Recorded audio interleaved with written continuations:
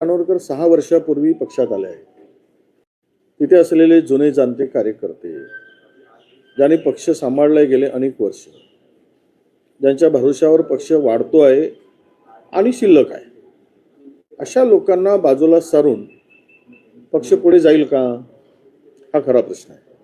आणि या सगळ्यांसाठी गेली 20 वर्ष पक्षाची स्थिती कमकुवत असताना भक्कमपणे पक्षाला मजबूत करण्याचं काम त्या ठिकाणी मी केलेलं आहे. हे महाराष्ट्रातील आणि जिल्ह्यातील सर्व जनतेला ठाऊक आहे. अलीकडे झालेल्या नगर परिषदेमध्ये मी जीव ओतून काम केलं. नगण्य असा सहभाग खासदारांचा त्या ठिकाणी होता. म्हणजे तिथल्या आमदार खासदारांना माहीत आहे, आपल्या जनतेला माहीत आहे. त्यामुळे त्यानंतर जे काय नगराध्यक्ष झाले, उपनगराध्यक्ष झाले, हे सर्व त्यावेळेस आलं तर आम्ही विचार विनिमय करून मी जरी मेहनत केली असली तरी हे केलं. याही निवडणुकीमध्ये जवळपास 55-60 जागेपर्यंत आमच्या दोघांच्या सह्यांनंतरच एबी फॉर्म वितरित झाला. त्यांनी सही केली, माझी सही झाली आणि प्रदेशाध्यक्षांचा आदेश होता की जिल्ह्यातील दोनही नेत्यांच्या संमतीनेच उमेदवारींचं वाटप झालं पाहिजे. आणि जवळपास 60 जागेवर दोघांनी सही करून आम्ही उमेदवार ठरवले. 6 जागेमध्ये ज्यावेळेस प्रश्न आला त्यावेळेस वसंतराव पुरकेजी त्यांच्याकडे गेलेत आणि त्यांनी फार तांडव करून माझ्या जवळच्या जे शिवानीताई बरोबर लोकसभेच्या उमेदवारीसाठी गेले, त्यांच्या तिकिटासाठी त्यांनी प्रचंड आग्रह धरला त्यांचे तिकीट कापायसाठी आणि ते सक्सेस झालं. मी फार उगीच भांडण पक्षातला काहीतरी वाढवू नये म्हणून मी शांत राहिलो आणि त्यातील 2 लोक निवडून आले आणि त्यामुळेही प्रचंड नुकसान पक्षाचं त्या ठिकाणी झालं. आणि मला वाटतं की या मला वाटतं कुठलंही भांडण नाही, त्यांचा गैरसमज आहे. मी काय मेहनत घेतली आणि मी कुणाच्याही दरवाजात कुठल्याही नगरसेवकाला बोलवलं नाही, म्हणजे गेलो नाही. स्वतःहून ते नगरसेवक तिथे आले. आता हायकमांड येईल, त्या नगरसेवकांना प्रत्यक्ष विचारेल की कोण कोणाला घेऊन गेले. शेवट नेतृत्व खासदार झाले म्हणजे काही जिल्ह्याचे किंवा लोकसभेचे मालक ठरत नाहीत. तेथील कार्यकर्त्यांना सांभाळणं हे नेत्यांचंही काम आहे आणि खासदारांचंही काम आहे. आम्ही गेली 25 वर्ष जिल्हा सांभाळतो आणि अशा वेळेस थोडा संयम ठेवून काम करावं लागतं. प्रत्येक कार्यकर्त्याला पटत नसेल तरी तो माझा विरोध केला उमेदवारीला म्हणून त्याचं तिकीट कापणं आणि त्याला बाजूला सारणं, हे सुद्धा जुन्या कार्यकर्त्यावर वैचारिक मतभेद असू शकतात. पक्षाच्या दृष्टीनं विचार करणं अत्यंत महत्त्वाचं असतं, परंतु तो विचार मला दिसत नाही. तर जुना इतिहास जर मी काढायला गेलो तर कारण मीच आणलंय त्यांना, बाळू धानोरकरजींना पक्षामध्ये प्रवेश करण्यासाठी सुरुवात मीच केली आणि प्रवेश झाला. आता प्रतिभांना येऊन सुद्धा 6 वर्षच झालेत, पण अख्खा जिल्हाच माझा आणि मी म्हणेल तसं होईल असं होणं शक्य नाही. कोणी ते कुठल्याही पक्षाचं नेतृत्व ते मान्य करणार नाही. सगळ्यांना मिळून मिसळून काम करावं लागतं, तेव्हाच रिझल्ट येतो. 2 शब्द बाजूला आपण तिखट बोलण्यापेक्षा संयमाने बोलणं हे अत्यंत आवश्यक असतं असं मला वाटतं. काल ज्यांनी जे काही स्टेटमेंट केलं असेल त्यामध्ये त्यांच्या गैरसमजातून झालेलं ते स्टेटमेंट असावं. त्यांचा काहीतरी गैरसमज झाला आहे खासदारांचा आणि भविष्य खूप मोठं आहे त्यांच्याकडे. त्यांच्या वयानुसार राजकीय संयम ठेवून बोलावं. उलट मी जर असं म्हटलं की जे नगरसेवक आहेत त्यांना जर सोडलं तर सर्वच नगरसेवक माझ्याकडे येतील. एक 2-4 सोडलेत, पण आपल्याला तसं करायचं नाही. कोणाला स्वतः खासदार जाऊन त्यांना जबरदस्तीनं गाडीत बसवून आपल्या घरी घेऊन गेलेत हेही त्या लोकांना माहीत आहे. त्यातील अनेकांनी मला फोन करून सांगितलं. मी म्हटलं की तिथे ते नेले तरी ते खासदार आहेत पक्षाचे, तुम्ही ते जबरदस्ती नेऊत की तुम्ही कशाने नेऊत, पण ते जाऊ देत. कारण शेवट आपल्याला एकत्र यायचं आहे आणि एकत्र येऊनच तो चंद्रपूरचा मेयर आपल्याला करायचा आहे, ही त्यामागची आमची भूमिका होती. कालही होती, आजही आहे. आणि मला वाटतं तो गैरसमज काही झाला असेल तर तो दूर करू. आणि मी तर म्हटलं की जे काही नगरसेवक आहेत ते एकत्र बसतील. नेत्यांची गरज नाही. नगरसेवक एकत्र बसून हायकमांडच्या बरोबर बसून कोण महापौर ठरवायचा, कोण गटनेता ठरवायचा ते त्या संघाने सांगतील आणि त्याप्रमाणेच करावं लागेल. उद्या माझ्याकडेही लोक संशयाने बघतात, मी पक्ष सोडून जाईल. त्यांच्याकडेही लोक संशयाने बघतायत, ते पक्ष सोडून जाईल. अशी अफवा होतात, चर्चा होतात. आम्ही नेते लोक उद्या पक्ष सोडून जाऊ, पण कार्यकर्ता मात्र जमिनीवर असतो. तो पक्षाचा आधार असतो. हे कोण कुठे पडतील कोणाचाच भरोसा नाही, आमचाही नाही, कोणाचा नाही. कारण आजच्या परिस्थितीमध्ये असं लोकांचा समज आहे, तो फार मोठा लोकांमध्ये तशी चर्चा आहे. आम्हाला आमच्यापेक्षा नेते गेले हव्यावर, पण कार्यकर्ता जिवंत राहिला पाहिजे, तर तो पक्ष जिवंत असतो.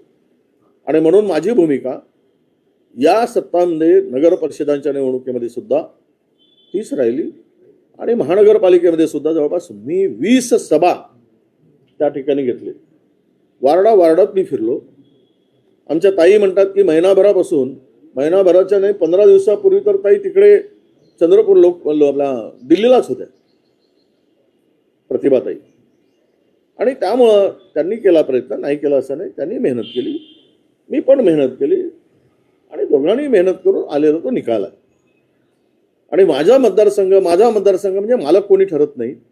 कोणाच्याही मतदारसंघात, माझ्याही मतदारसंघात येऊन थोडासा जातीचा विषय काढून विधानसभेच्या निवडणुकीच्या पूर्वी त्यांनी जे काही केलं ते मी विसरून गेलो आणि आम्ही एकत्र आलो. मला खूप त्रास झाला त्याचा.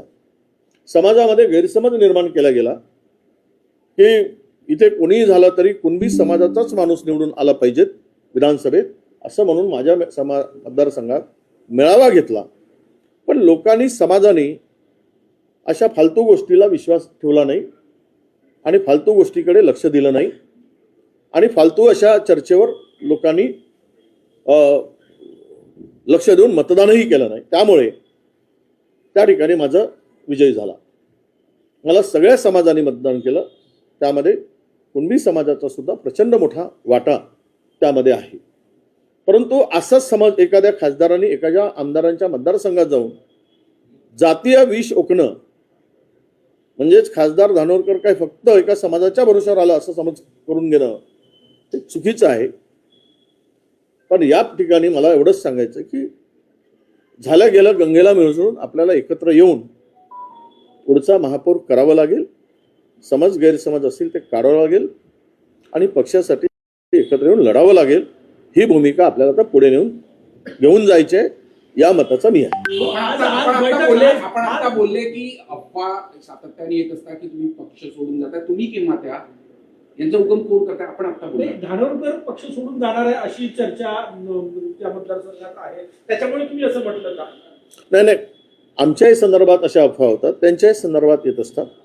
त्या अफवांना काही अर्थ नसतो. जर तसं असतं तर जीव ओतून आम्ही अंगावर घेऊन या निवडणुकामध्ये काम केलं नसतं. आम्ही भाजपाला फार होईल असं वातावरण निर्माण केलं असतं. पण आमची भूमिका गेली 20 वर्ष 25 वर्ष अनेक प्रलोभनं मला मिळाली, अनेक आश्वासनं दिली, अनेक जण माझ्या दरवाज्यात आले. पण मी माझ्या भूमिकेशी, माझ्या पक्षाशी मी प्रामाणिक, इमानदार आहे. मी यापूर्वी स्टेटमेंट केलं की मी जहलात जाईन पण भाजपमध्ये जाणार नाही. ही माझी भूमिका आहे. आपण भूमिका स्पष्ट केली, पण खासदार मॅडम बद्दल आपण एक अफवा येतात त्यांच्याबद्दल येतात नाही, तुम्ही अर्धवट ऐकून मला विचारताय असं मला वाटतं. मी असं म्हणालो की सगळ्यांच्या संदर्भात अशा चर्चा, अफवा येत असतात. परंतु कार्यकर्ता हा जो आहे तो आहे तिथेच राहतो. त्या कार्यकर्त्याला दुःख होणार नाही, त्याच्यावर अन्याय होणार नाही, ही आपली सर्वांची जबाबदारी असते. त्यामुळे नेते येतील जातील, पण कार्यकर्ता जोपासतो तो खरा नेता असतो. कार्यकर्ता पक्षाचा आत्मा असतो. आज बैठक होणार होती, प्रदेशाध्यक्ष तुम्ही, धानोरकर आणि कुणाल चौधरी. त्या बैठकीचं काय झालं? होणार आहे की नाही होणार आहे? नाही, मला अजून निरोप मिळाला नाही, पण आज बैठक होणार आहे. प्रदेशाध्यक्ष येणार आहे आणि यामध्ये मला वाटतं की चांगला मार्ग निघेल. अजूनही आमच्याकडे बहुमत कुठे आहे? आमच्याकडे 30च आहेत, 3 अपक्ष धरून. आम्हाला अजून 4ची आवश्यकता आहे. 4 लोक यायला तयार आहेत, आमच्याबरोबर जोडायला तयार आहेत. 4 नाही 8 लोक जोडायला तयार आहेत. त्यांच्याबरोबर बोलणी माझी प्रत्यक्ष सुरू आहे आणि ते पक्षाच्या किंवा आयडिओलॉजीशी सगळे मिसळणारे आहेत. ते भाजपकडे जाणारी कोणी नाहीत. 2 बंडखोर ते पण भाजपकडे जाणार नाही. ते काँग्रेसच्या अनेक वर्षापासून काम करत आहेत मला वाटतं. आणि वंचितचे 2 आहेत आणि उभाटाचे 6 लोक आहेत आणि 1 BSP आहे. ती सर्व मंडळी काँग्रेससोबत राहील असं त्यांनी आम्हाला विश्वास दिला आहे. हो, प्रदेशाध्यक्ष आज नागपुरात येणार नाही अशी माहिती आहे. त्यांनी तशी माहिती दिली की येणार नाही. दुसरं प्रदेशाध्यक्षांच्या सूत्रावरून असं कळतंय की जर हा वाद इथे मिटला नाही तर मग दिल्लीला जाईल, दिल्लीचे नेते सोडवतील चंद्रपूरमधला वाद. नाही, तिथपर्यंत जाण्याची गरज नाही. प्रदेश मला वाटतं की निरीक्षक पाठवून द्यावेत. सगळ्या नगरसेवकांना 1 to 1 विचारावं. एकेकाचे प्रत्यक्ष नगरसेवक काय म्हणणं आहे त्यांचं ऐकून घ्यावं. त्या पद्धतीनं कोणत्याही नेत्याचं न ऐकता, नेता काही पक्षाचा मालक नाही, कोणी जर स्वतःला मालक म्हणून मिरवत असेल तर कार्यकर्त्यांनी अशांचं थोबाड रंगवलं पाहिजे. तो मी असो की दुसरा असो. मालक कोणी असू शकत नाही. मालक पक्षाचे कार्यकर्ते आहेत आणि त्यांना विचारलं पाहिजे, नगरसेवकांना विचारलं पाहिजे आणि त्या पद्धतीनं तो निर्णय झाला पाहिजे. एकत्र त्यांना सगळ्यांना घेऊन जावं, विचारावं, चर्चा करावी असं माझं मत आहे. भाऊ, काल प्रतिभा दानोळकर असं म्हणाले की जर माझ्या बाजूने निर्णय झाला नाही तर आम्ही सर्व सामूहिक राजीनामे देऊ. कोणीच राजीनामा देणार नाही. त्यांच्याबरोबर 3-4 नगरसेवक आहेत. तेही भाजपमधून आलेले काही नगरसेवक आहेत जे घोटेकर आहेत. तिथे विधानसभेच्या निवडणूक लढलेल्या 90,000 मतं घेतलेल्या माणसाची तिकीट जबरदस्तीने कापून घोटेकर नावाच्या भाजपमधून आलेल्या नगरसेवकाला त्याच प्रभागात तिकीट दिली, त्याचा प्रभाग बदलवून. त्यावरही खूप शंका लोकांमध्ये आहे. त्यामुळं कुणीच नगरसेवक कुणाच राजीनामा द्यायचा प्रश्नच नाही. राजीनामा कोणीही द्यायला तयार नाही. या सगळ्या दबाव तंत्राचा वापर आहे. उद्या जर सोडले सगळे नगरसेवक माझ्याकडे येतील, मला पूर्ण विश्वास आहे. कारण माझ्या नेतृत्वामध्ये त्यांचा विश्वास आहे. हो, तुम्ही भाजपची बी टीम आहे. सुधीर मुनगंटीवार जो दावा करताय की आमचा महापौर बनेल तो तुमच्या शब्दांमुळे करता, असा देखील दानोळकर यांनी तुमच्यावर गंभीर आरोप केला. नाही, कोण बी टीम आहे कोण ए टीम आहे हे निवडणुकीच्या निकालामध्ये सिद्ध झालेलं आहे. कोणाच्या विरुद्ध कोण बोलले, कोण आपला तोंड बंद करून शिवून ठेवले होते विरोधात बोलताना, हेही त्या चंद्रपुरातील जनता जाणते आहे. कोण कोणावर टीका केली, कोण कोणावर आरोप केला आणि विरोधी सत्ताधाऱ्यावर तुटून कोण पडला हे चंद्रपूर नव्हे महाराष्ट्र जाणतोय. त्यामुळे अशा फालतू गोष्टीकडे मी लक्ष देत नाही. त्यांचं म्हणणं आहे की तुम्ही ब्रह्मपुरी तुमचा मतदारसंघ गडचिरोली येतो, त्यामुळे चंद्रपूरमध्ये तुम्ही हस्तक्षेप करू नका. जर तुम्हाला तिथं हस्तक्षेप माझी लोकसभेची उमेदवारी डिक्लेअर झाली होती. मी माझ्या मुलीसाठी लोकसभा मागितली होती. ते म्हणले की तुम्ही लढा, पण मला विधानसभा लढायची. लोकसभेचा क्षेत्र कोणाचा आहे, मी नेता आहे आणि जिल्ह्यात मी 25 वर्ष झाले काम करतोय. ज्यावेळेस धानोरकरांचा उदय नव्हता, ते पक्षात नव्हते, आत्ता तर 6 वर्षापूर्वी आले आणि त्यांनी म्हणायचा माझा लोकसभा आहे, त्यांनी हस्तक्षेप करू नये. मी जोपासलेल्या कार्यकर्त्याच्या भरोशावर पहिल्यांदा भाऊ धानोरकर खासदार झाले, हे कधी विसरू नये. आज जे भाऊ पडले त्यांचे 25,000च मतं घेतले, डिपॉझिट गेली. त्यावरून समजून घ्यायला पाहिजे की जनतेचा कल कोणत्या बाजूला आहे. ते असंही म्हणाले की जर का समजा पक्ष आमची दखल घेणार नाही तर आम्ही सामूहिक राजीनामा देऊ. मी झालं ना, विचारलं ना, कसं उत्तर दिलं ना. किशोर जोरगेवार तुमचे 10 नगरसेवक आमच्या संपर्कात आहेत. तो किशोर जोरगेवारचेच नगरसेवक आमच्या संपर्कात आहेत. तो खोटं बोलतोय. कोणतेही काँग्रेसचे नगरसेवक त्यांच्या संपर्कात नाही, ही अफवा पसरवतोय. सर्व नगरसेवक आमचे सुरक्षित आहेत, आमच्या बरोबर आहेत. वडेट्टीवारकडे 15 नगरसेवक आहेत, 12 नगरसेवक हे धानोरकरकडे आहेत. दोन्ही गटातील नगरसेवक हे भाजपच्या संपर्कात असल्याचे म्हणण्या कारकिर्दीला कोंडून ठेवले नगरसेवकांना. काही नाही, सगळ्यांचे फोन सुरू आहेत, सगळ्यांचे मोबाईल सुरू आहेत, माझ्याकडचे तरी सुरू आहेत. आता मला माहित नाही त्या 12 नगरसेवकांचे आहेत की नाही, ते तुम्ही संपर्क करा. भाऊ, आज जर बैठक झाली की प्रदेशाध्यक्ष येणार नाही तर मग पुढचं पाऊल काय असेल, कधी तोडगा निघेल ना तोडगा. निवडणुकीच्या पूर्वी तोडगा निघेल. महापौर काँग्रेसचा होईल, सगळे लोक काँग्रेस बरोबर येतील, काँग्रेस एकत्र राहील, हा मला विश्वास आहे. काल प्रतिभा धानोरकर असं बोलले की तुम्ही त्या 15 लोकांना जबरदस्ती रॅलीतनं उचलून देणार. नाही, माझ्या कोणताही समर्थक रॅलीत गेला नाही. स्वतः खासदार रॅलीमध्ये जाऊन हात पकडून अर्ध्या रॅलीतून उचलून नेले. हे संपूर्ण शहरात माहीत आहे. मी कधी घरचा आलो नाही ना, माझा कार्यकर्ता कोणी गेला नाही. स्वेच्छेनं सगळी पत्रकार मंडळी बसून होती, त्यांच्या पुढे बॅगा घेऊन चंद्रपूरचे लोक पत्रकार पूर्ण बसून होते, बॅगा घेऊन स्वतःहून ती सगळे नगरसेवक आलेत की भाऊ आम्ही तुमच्याबरोबर आहोत आणि तुम्हीच इथे महापौर करू शकता, हा मला विश्वास आहे, तुमच्या मेहनतीचं हे फळ आहे, असं त्या नगरसेवकांनी सांगितलं. हो, त्यांचा हा देखील आरोप आहे की या वादाची सुरुवात विजय वडेट्टीवार यांनी केलेली आहे, असं देखील तुम्हाला त्या वादाची सुरुवात कोणी केली म्हणण्यापेक्षा कोण काय म्हणू देत ते आरोप. वादाची सुरुवात कोणी झाली हे चंद्रपूर जिल्ह्यातील जनतेला ठाऊक आहे आणि त्यावर अधिक बोलण्याची गरज नाही. हो, आज सुप्रीम कोर्टाने सुनावणी आहे आरक्षणाबाबत, ओबीसी आरक्षणाबाबत. आज ओबीसी आरक्षणाचा निकाल जर झाला तर अनेक महापालिकेमध्ये ओबीसीचं आरक्षण कमी होईल. मग छाती बळवून घेणाऱ्यांना उद्या जनता जाब विचारेल की तुम्ही ओबीसीचं आरक्षण कमी का होऊ दिलात. फार सांगत होता की ओबीसीचा अन्याय करणारी काँग्रेस आहे, यांनी ओबीसीचं आरक्षण कमी केलं. ज्यावेळेस कोर्टाच्या आम्ही ओबीसी आरक्षणाच्या संदर्भात ज्या निवडणुका लांबलीवर सगळं जे काही आहे याला जबाबदारी ही भारतीय जनता पक्षाची राहणार आहे आणि घोर फसवणूक ओबीसीची झाल्याचं ओबीसी बांधवांच्या लक्षात येईल असं मला वाटतं. शिवसेना कुणाची याची पण सुनावणी मला वाटतं की आता मुंबई महानगरपालिकेच्या निवडणुका आहेत. निवडणुका आले की कोर्टामध्ये अंतिम सुनावणी सुरू होते आणि निवडणुका संपली की थंड बस्त्यात पडताय असा अनेकांचा लोकांचा समज आहे. त्यामुळे सुप्रीम कोर्टांच्याकडनं अपेक्षा आहेत आमच्या आणि कोर्टांना विनंती आहे की काय एकदाचा निर्णय घेऊन टाका, कुणाचा पक्ष आहे ते ठरवून टाका. पण आता तारीख पे तारीख जी झाली त्यामुळे लोकांमध्ये याही वेळेस काही निकाल लागेल अशा प्रकारची शंका लागणार नाही आणि हे पुढे तारीख जाईल अशी शंका आहे. शेवट सर्वोच्च न्यायालयाचा तो अधिकार आहे, तो निर्णय त्यांना घ्यायचा आहे, पण लवकरात लवकर निर्णय व्हावा ही जनतेची भावना आहे. चंद्रपूरच्या कार्यकर्त्यांना भीती वाटते की धानोरकर जे पुढचा निर्णय घेतील, पुढचं पाऊल उचलतील, त्यामुळे भाजपचा फायदा होईल. या शंकेबद्दल तुम्हाला काय? नाही ना, अजिबात काही भाजपचा फायदा होत नाही. माणसं येतात जातात, कार्यकर्ता आहे त्या ठिकाणी राहतो. मी सांगितलं यापूर्वीच, नेते काय आलेत, आता मी आलो दुसऱ्या पक्षातून, ते दुसऱ्या पक्षातून आले, ते आता आले. मी 25 वर्ष काम करतोय. मृतावत असलेल्या पक्षाला मी जिवंत केलंय, मेहनत केली, घाम गाळलं, सर्व केलं. बँक आणली, बँक कोणामुळे गेली? भाजपच्या ताब्यात. याला जबाबदार कोण आहे? जनतेतली लोक, चंद्रपूर जिल्ह्यातील जनता हे सगळं बघत आहे ना, त्यांना माहीत आहे कोणाशी कोण हातमिळवणी करून बँक घालवली. त्यामुळे मला त्यावर अधिक वाद वाढवायचा नाही आहे. पण कार्यकर्ता आहे तो कार्यकर्ता आहे तिथेच आहे. कोणी राजीनाम्याचा वगैरे कार्यकर्त्यांच्या डोक्यात अजिबात विश्वास होऊ शकत नाही. आता हे जर मी निवडणुका जिंकलोच म्हणतायत तर त्यांनी ज्या आपल्या समर्थकांना उमेदवारी दिली ते सर्व समर्थक का पडलेत निवडणुकीत?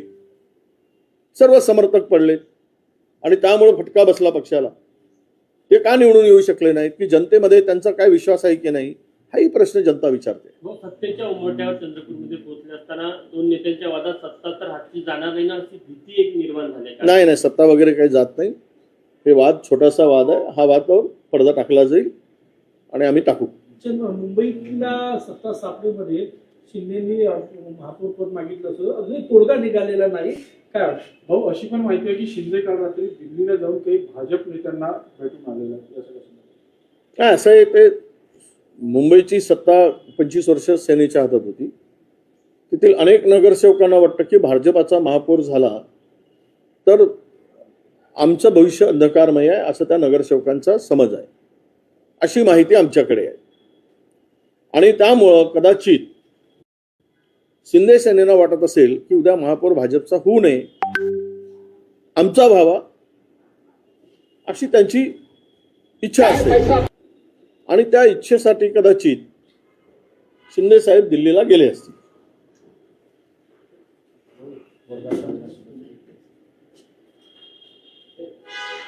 वर्धापन दिन